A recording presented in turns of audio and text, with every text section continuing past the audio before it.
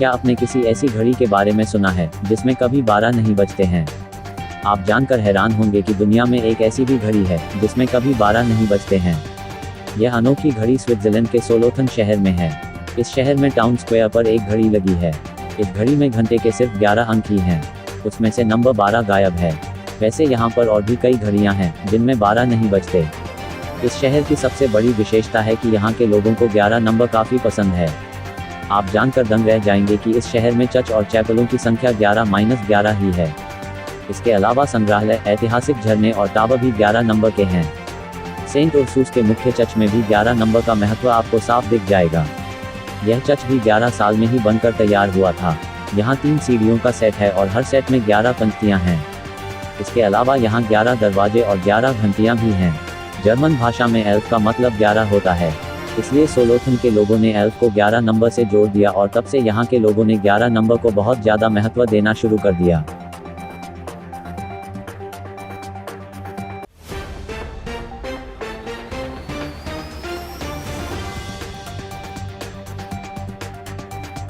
तमिलनाडु में एक छोटी सी लड़की ने महज 58 मिनट में 46 व्यंजन बनाकर यूनिको में नाम दर्ज करवा लिया है। चेन्नई में रहने वाली एसएन लक्ष्मी नाम की लड़की ने यह वर्ल्ड रिकॉर्ड बनाया है। इस बच्ची की उम्र महज 10 साल है।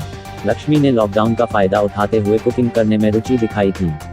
इसके बाद उनकी मां ने उन्हें कुकिंग में एक्सपर्ट बना दिया। लक्ष्मी के पिता ने भी उन्हें 10 वर्षीय लड़की द्वारा बनाए गए 30 व्यंजन बनाने का रिकॉर्ड तोड़ने के लिए प्रेरित किया। एसएन लक्ष्मी साई श्री ने बताया कि उन्होंने खाना पकाने में रुचि डेवलप की और इसमें उन्हें उनकी मां ने गाइड किया। वे बताती हैं कि उनकी मां ने उन्हें खाना बनाना सिखाया। लक्ष्मी के पिता ने उन्हें विश्व रिकॉर्ड बनाने का प्रयास करने का सुझाव दिया था। उनके पिता ने देखा कि इससे पहले 10 वर्षीय लड़की ने 30 व्यंजन बनाकर ऐसा रिकॉर्ड बनाया हुआ है।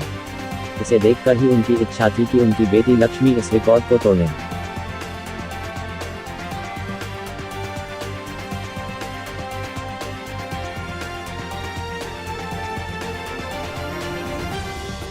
मुंबई क्राइम ब्रांच पुलिस ने टीवी और फिल्मों में काम करने वाले एक एक्टर को चोरी और धोखाधड़ी के मामले में गिरफ्तार किया है।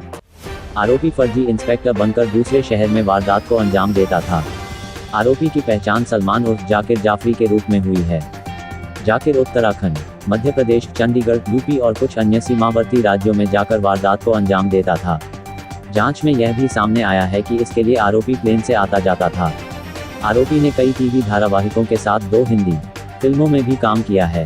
आरोपी एक पुलिसकर्मी बनकर महिला से मिला था। आरोपी ने चेकिंग का बहाना बनाते हुए महिला के सारे जेवर उतरवाकर एक अखबार में पैक कर दिए थे। आरोपी देर तक महिला को बातों में उलझाए रखा, फिर उसे पत्थर से भरा अखबार देकर फरार हो गया। महिला ने देहरादून के पटेल नगर कोतवाली में केस दर्ज कराई थी, जिसके बाद पुलिस ने सीसीटीवी फुटेज के आधार पर आरोपी की पहचान की। आरोपी ने पुलिस पूछताछ में बताया कि लॉकडाउन की वजह से उसके पास कोई भी काम नहीं था। पेट भरने के लिए वह छोटी मोटी ठगी करता था।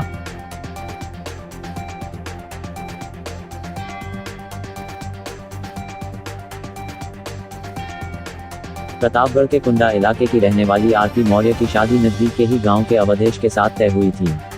दोनों ही घरों में शहनाइयां बज रही थीं। तभी एक छोटे बच्चे को बचाने के चक्कर में दुल्हन आरती का पैर फिसल गया और वो छत से नीचे गिर गई। उसकी रीढ़ की हड्डी पूरी तरह टूट गई। डॉक्टरों ने बताया कि फिलहाल वो अपंग हो गई है और कई महीने तक बिस्तर से नहीं हिल सकती। इलाज के बावजूद उसके पूरी तरह ठीक होने की उम्मीद थोड़ी कम थी।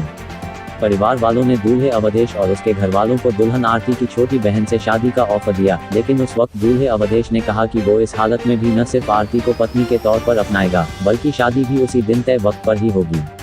अवधेश की जिद पर आरती को 2 घंटे बाद एम्बुलेंस से वापस घर लाया गया। उसे स्ट्रेचर पर लिटाकर शादी की रस्में अदा की गईं। ऑक्सीजन और ड्रिप लगी होने की सूरत में ही उसकी मांग भरी गई। आम दुल्हनों की तरह आरती की भी विदाई हुई। ये अलग बात है कि ससुराल जाने के बजाय वो वापस अस्पताल लाई गई। शादी के हफ्ते भर बीतने के बाद भी अवधेश एक पल के लिए भी अस्पताल से बाहर नहीं निकले। वो हर वक्त अपनी पत्नी की सेवा कर रहे हैं।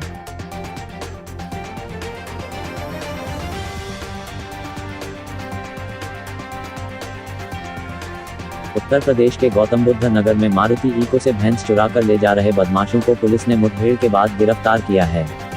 पुलिस और बदमाशों के बीच हुई मुठभेड़ में 5 बदमाशों को गोली लगी है। वहीं आधा दर्जन बदमाश अंधेरे का फायदा उठाकर भागने में सफल रहे। पुलिस ने बदमाशों के पास से 5 तमंचे, एक पिकअप गाड़ी, 50,000 रुपये, कार और चोरी किए गए मवेशी बरामद किए हैं। मुठभेड़ में घायल हुए 5 बदमाश को इलाज के लिए अस्पताल में भर्ती कराया गया है।